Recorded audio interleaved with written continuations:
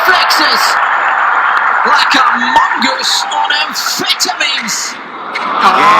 Waving his Wilson wand. Super scintillating and sensational from Sosa.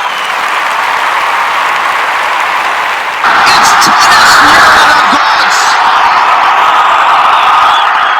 No mortal may approach. Welcome back to Tennis Near the Gods. I'm Alex, joined with my brother Nicholas, and the ATP season is finally back. ATP Cup just concluded. Doha, the 250 just concluded, and we have Adelaide and Auckland, the 250s, leading up to the Australian Open this week. I'm pumped, Nicholas. How are you doing? I'm doing quite well. You just saw Serbia play Spain in the ATP Cup finals. I thought ATP Cup overall was a huge success. Novak Djokovic versus Rafael Nadal in the first tournament. I mean, what could anyone ask more of, right? Yeah, I mean, I had mixed feelings about ATP Cup just because of the fact that there's ATP points and on who was playing, and there's a 250 going on, and that whole thing, and the fact that it's basically Davis Cup that we had to end the season, so it's just starting back up with Davis Cup again. It makes no sense, because to have two tournaments like that, one with points, one without points, doesn't make sense. It should be one time a year they have something like that. And that should be a Davis Cup event, I think, without any points. Because if you're putting a line 2 who's top 10 in the world, like Roberto Bautista Agut, and he's making significantly less points, and he just goes and dummies guys at line 6 and can't earn points like line 1, like Basilashvili had the opportunity to do, or someone like that, is ludicrous. Yes, I agree with you there in terms of it's tough with the number 2 singles player versus the number 1 singles player, but I still think I do like team events for the ATP. I think it's a great addition. I think the team event, the atmosphere in some of these matches was unbelievable, partially because a bunch of them were in the Australian crowd, obviously. I think it's a great way to have, to bring in more fans. And I think the ATP is trying to do that, to bring a broader crowd to make matches more fun. And when nationalities get involved, the crowd normally gets involved more. It gets rowdier, and that's more exciting for the average viewer just to watch. So I get all that. But at the same time, I think tennis, I don't know. I think that should be a Davis Cup thing, and I think that's the problem with the current system, is that a Davis Cup, right, should be held once every 2 years or once every 4 years. Make it kind of like the World Cup for soccer, where there's a lot of excitement around it, and you play a massive tournament like that they have over 2 weeks in one country and spread it out in different cities and do it like that and get people to travel to that. That would be cool.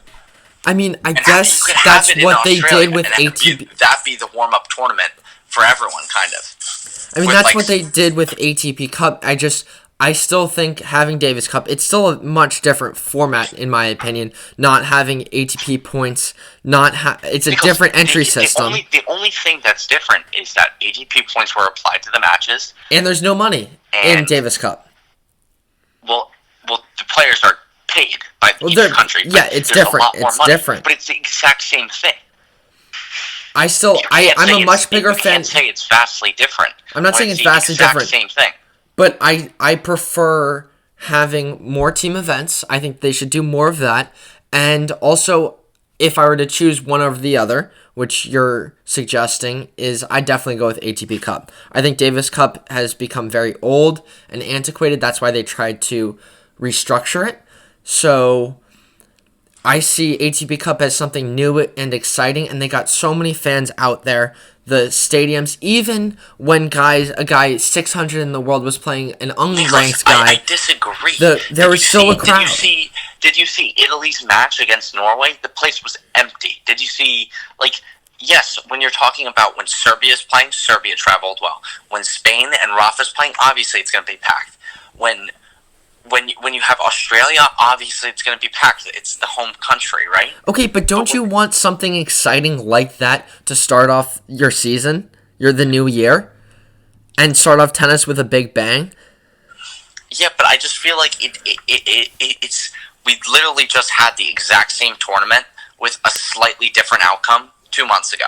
But I think the thing is that Davis Cup, it was very poorly run, and I think that it did not get as broad of an outreach as it should have.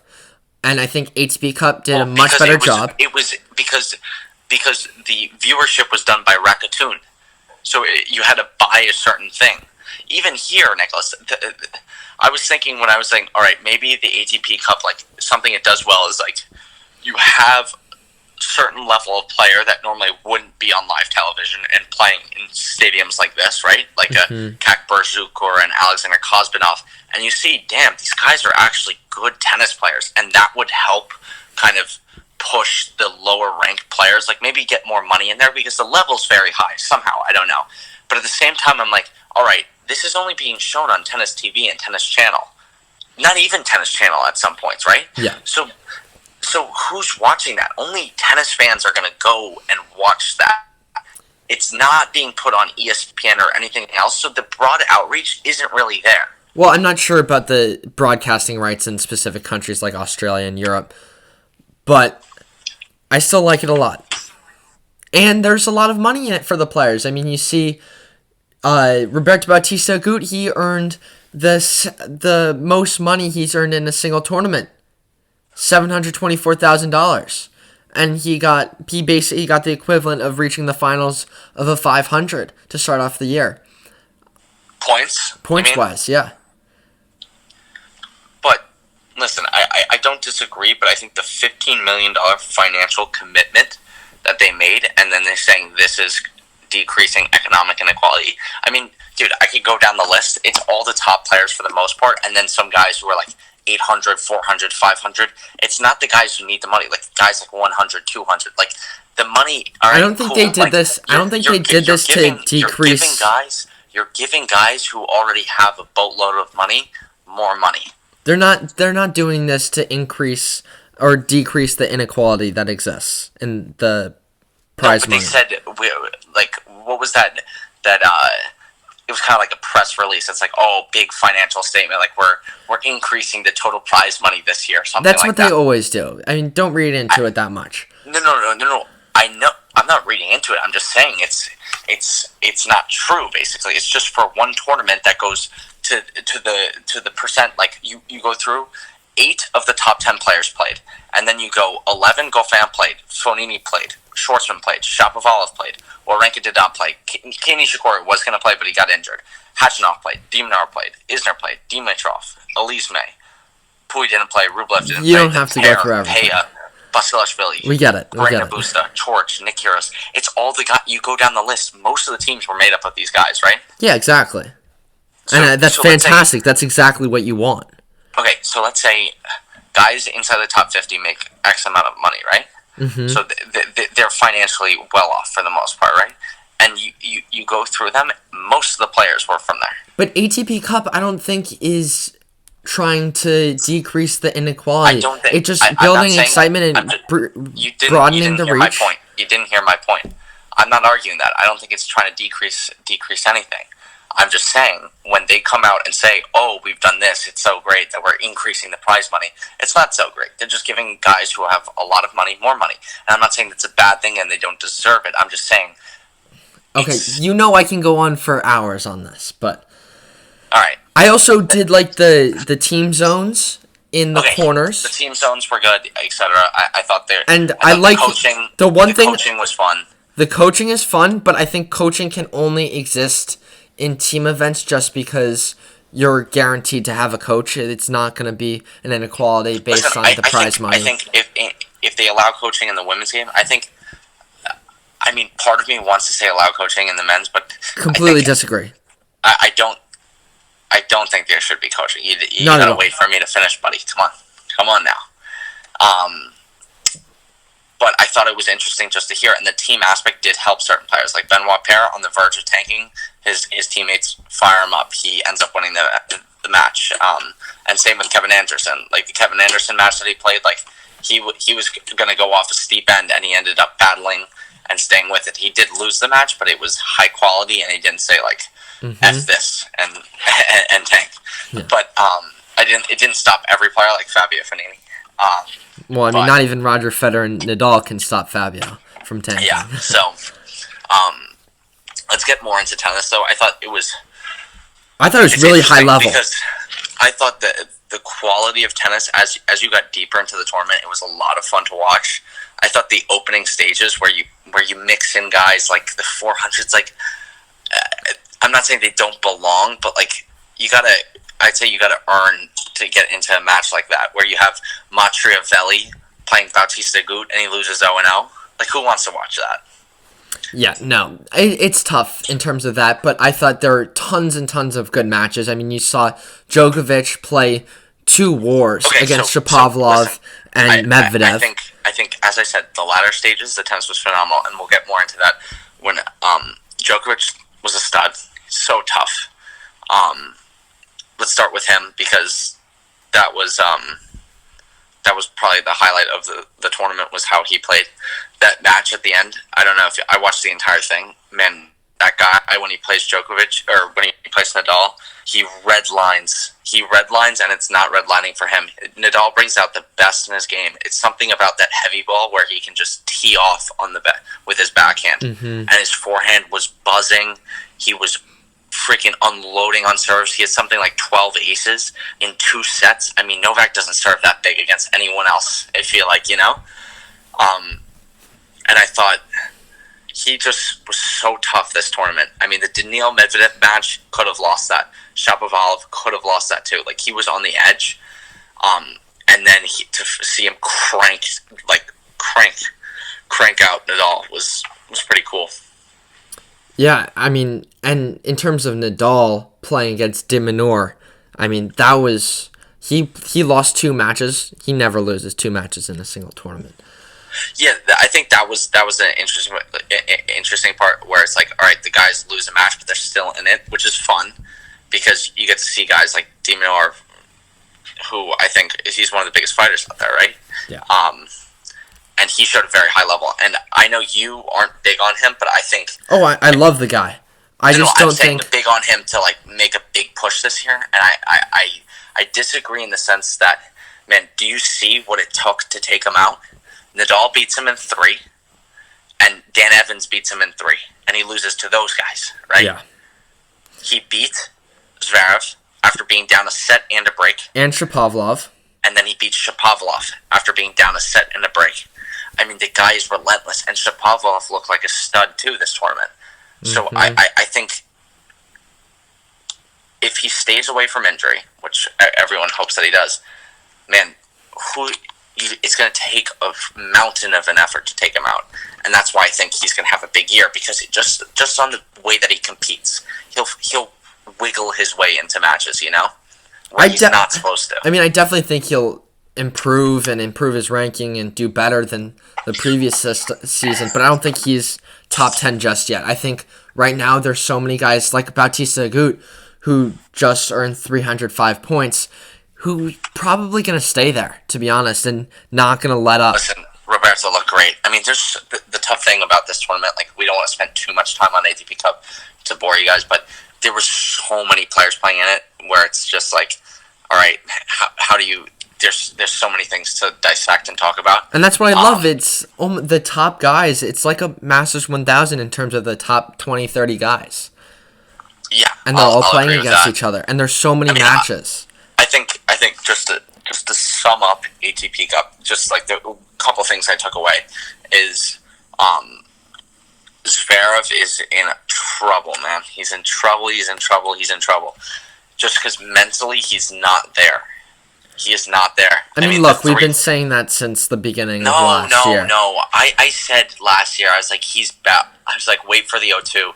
He'll mentally figure it out. Like, he'll just find a way. It's like the guy's of a certain level. But, dude, he just collapsed. And it felt like he was giving up. He just looked so dejected and tired. It was like, wow. I mean, I think it was... a mistake for him competing and tennis-wise to spend all that time doing that Latin American tour. Yeah, I mean, For he an even extra said couple weeks. he said took that away, and then you take vacation. He's not really training and resetting. he said a week before ATP Cup that he had just begun training. He'd begun training only, I think, less than 10 days before the tournament started. Exactly. So you can't expect something to come out of nowhere. That was something that I pulled away. I was like, mentally, he's vulnerable.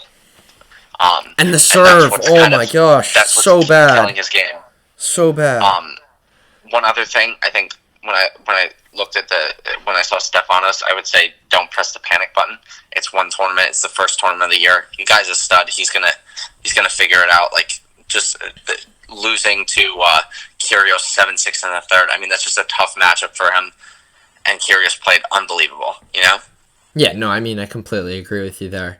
And he beats Zverev. And the 4-1. Shapovalov loss, he loses 6-6. And he lost Shapovalov 6-6. And Shapovalov is playing at a very high level and hitting the ball massive. Like, all right, move on. You know. Yeah, exactly. And anyway, he's struggled before and he's come back from it many times.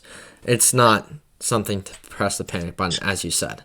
And the last thing is, I take away from this, depending on how Djokovic's draw stands out, man, he is definitely the favorite going in. Completely, at first, 100% when I thought about the Australian Open this year, I was like, man, I really wonder, like, it's wide open. But Djokovic kind of established himself. Daniil Medvedev's going to be a tough guy for him to face. Medvedev looked good. I think Daniil could get knocked out by someone else. I think Djokovic is, again, the clear favorite going in. I mean, he just loves the conditions down in Australia. He really does. He thrives in there. I mean, that's all I got for ATP Cup. Just summed up, like, quickly. Nicholas, do you have anything more?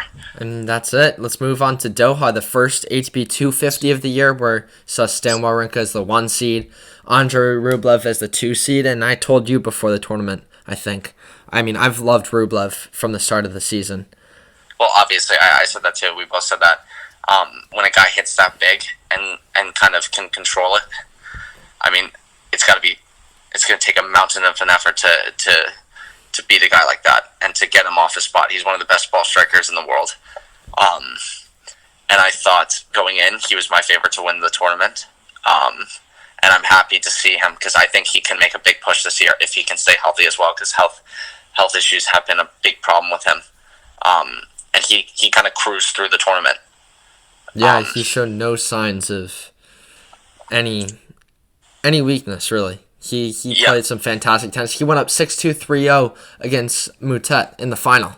And then he relinquished that lead, but he ended up winning in straights. Listen, Moutet into the first final. Made the final is a scrappy player, man. And crafty, too. Mm-hmm. With the lefty, like, he's tough. He's very tough. And so, I mean, I don't have much to talk about in this tournament. Other than you see Fucsovics, who had a tough year last year compared to the year prior. He wins 4 matches on the week, which is good for him. Another notable mention, Kekmanovic.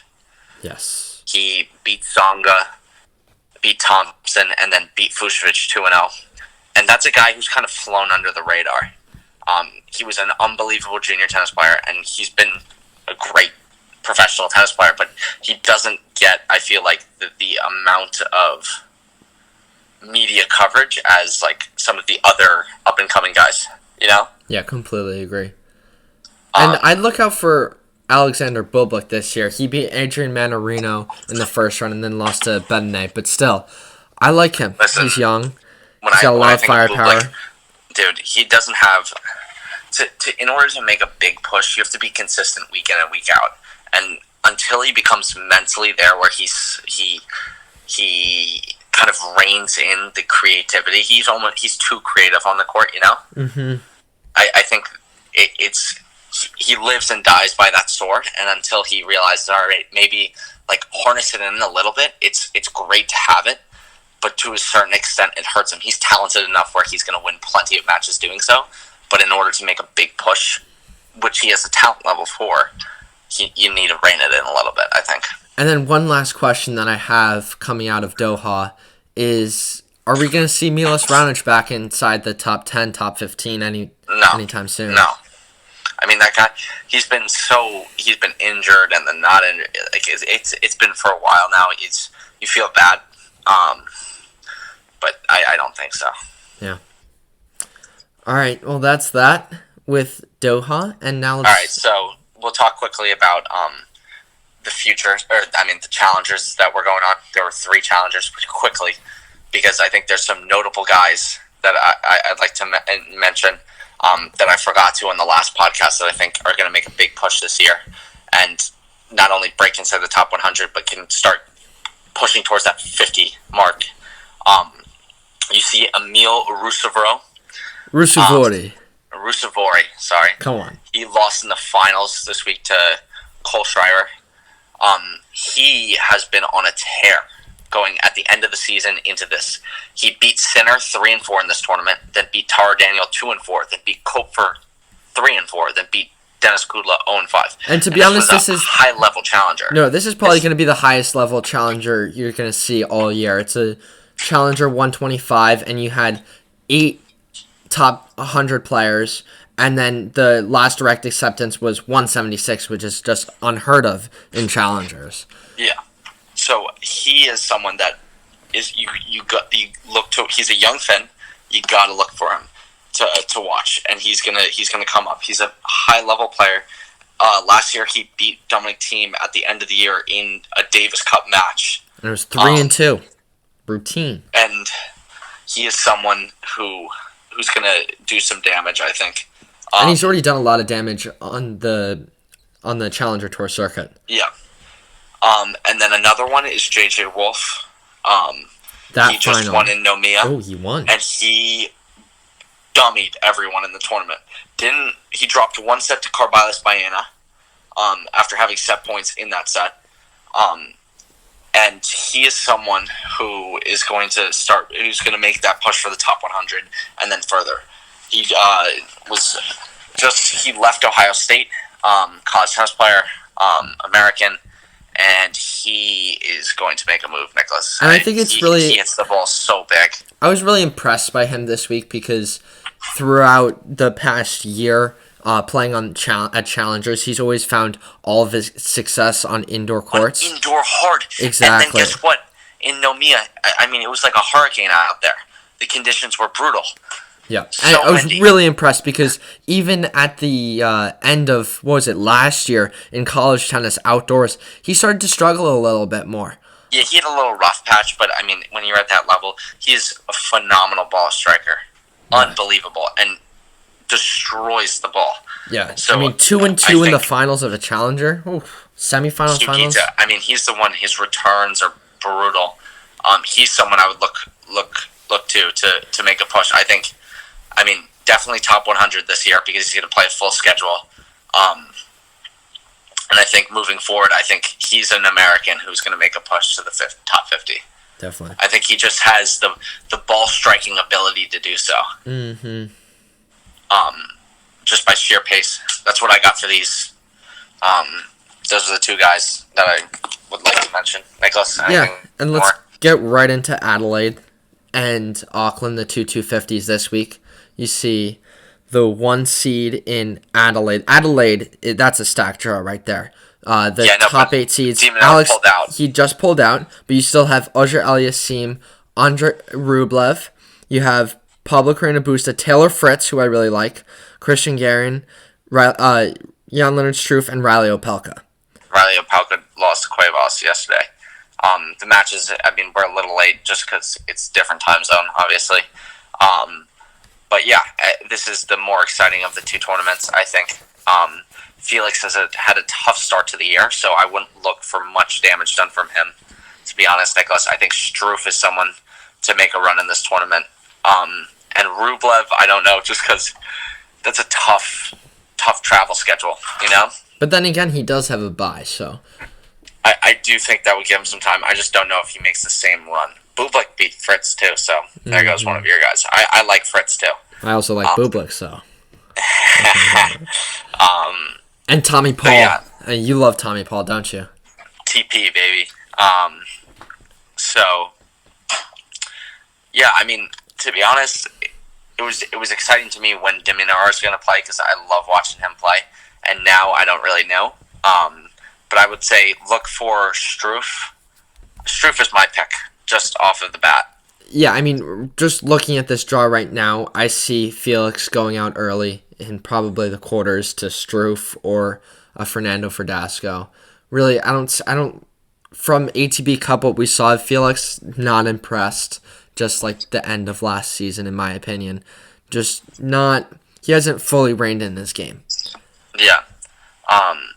But I mean, I don't have much to say about this tournament, to be honest. I say look out these for... first two couple of tournaments are a measuring stick for the Australian Open. That's basically what it is, and that's the big one. Just because you haven't seen everyone play yet, and maybe the first match jitters, and it doesn't go as planned, and then the guy starts to get in a rhythm.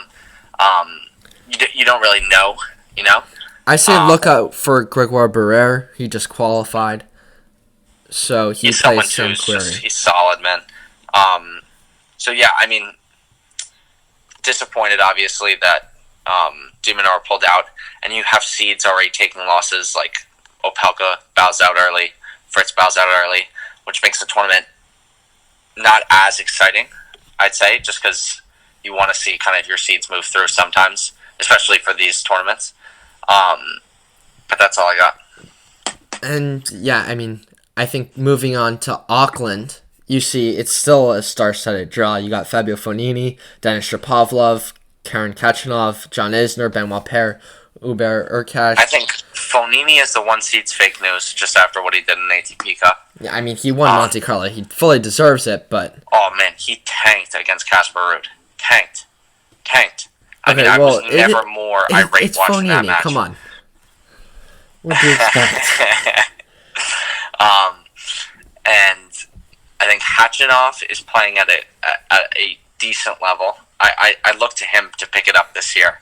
It's a tough year, last year. Because you end on such a high winning Paris the year prior, and you come in and had some racket struggles. And then he has to switch back to the Wilson, and it's not going well. And yeah, so I don't know. I think he'll have a solid season this year. Kind of same thing. I mean, when you play that aggressive, I thought he had a good ATP Cup. I mean, the loss to Dusan Lajovic. Lajovic played great tennis, man. Dutzy, man, I love him. And even against Roberto, Dutzy showed up. I mean, that first set was a dog fight. Yeah. Granted, he was always on the wire, but he was producing high-level tennis. Roberto was just playing so well. Without me getting too much sidetracked. I think Vasek Pospisil could take out Shapovalov here. Yes. That's an upset special that I have. And no, I'm torn because I love Vasek, but I also love Shapovalov right now. And oh my gosh, we forgot to mention Sinner. ATP Cup. Hubert Urkacz is in this. He just won his first match. He had a phenomenal tournament. He beat Tsitsipas, beat Zverev, and then he beat... Wait, he didn't beat Tsitsipas and Zverev. No, he beat Team, right? What? Did he not beat Team? That's what it was. He beat Team, George, and someone else. So, we forgot to mention him in the preview. There's so many guys who are coming up. And who are going to make a push. And so, he's my favorite to win this tournament. Ubi or Cash? Yeah, I mean, yeah, as you said, Fognini, the top half, it's Urkac's draw right there. And then Khachanov. I could see Sinner moving through into the quarterfinals. Sinner lost first round, but it is to Emil Rusevori. It's like what... Rusevori playing very good tennis. I think Benoit Paire's tough. He's tough play. I don't know. I think in this tournament, Kenny Sandgren is the defending champion. I think for this tournament, I can see an unseeded guy winning. I just think the focus level is not going to be there 100% for Shapovalov. Maybe I'm wrong. I think you're right. But I think the priority is the Australian Open. He's playing at a very high level. I think him playing this tournament doesn't really matter. I mean, it would be great to have a win, but I think it also kind of tax him a little bit going into Australia because he's played.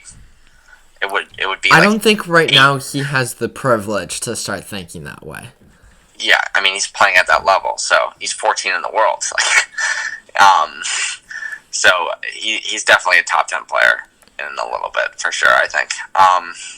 Ooh, and then hot take: who do you have, Radu Albot or Marco Kekanada? I mean, who do you think? That's like a given, bud. Radu. I mean, Kekanado. Who did Kekanado lose to first round in Doha? I think he got a wild card. Yeah, he got a wild card in. He lost to Herbert 3-4. Herbert. So yeah, I mean, listen. Looking at this tournament, I'm just excited to see Shapovalov Vasek if that happens. But nothing more. I mean, I don't know. I'm just looking forward to the Australian Open. That's about it. I can't wait, man. I can't wait to watch nonstop tennis from like 7 to 11 and then waking up for more tennis and then rewatching the tennis that I missed all day and then going to 7 again. So, that's all I got for this podcast. Nicholas, anything you want to add? Yeah, no. I mean, just one last player. Michael Moe, young American who's making his way up steadily. And he just qualified. He plays John Millman. I could see him taking out John Millman. But it is in Australia, so you never know.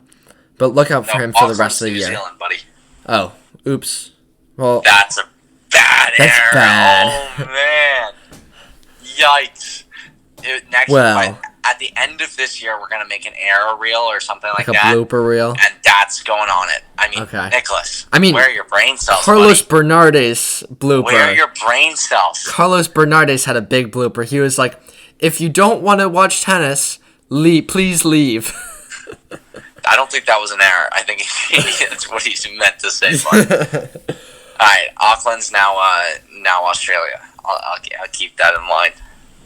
All right. Well, with that in mind, we'll catch you guys next week, previewing the Australian Open, and then also, of course, recapping. Probably just going through the draw as we recap Adelaide and Auckland, which is now in Australia. So, thanks for listening. All right, thank you guys for listening. Appreciate the support.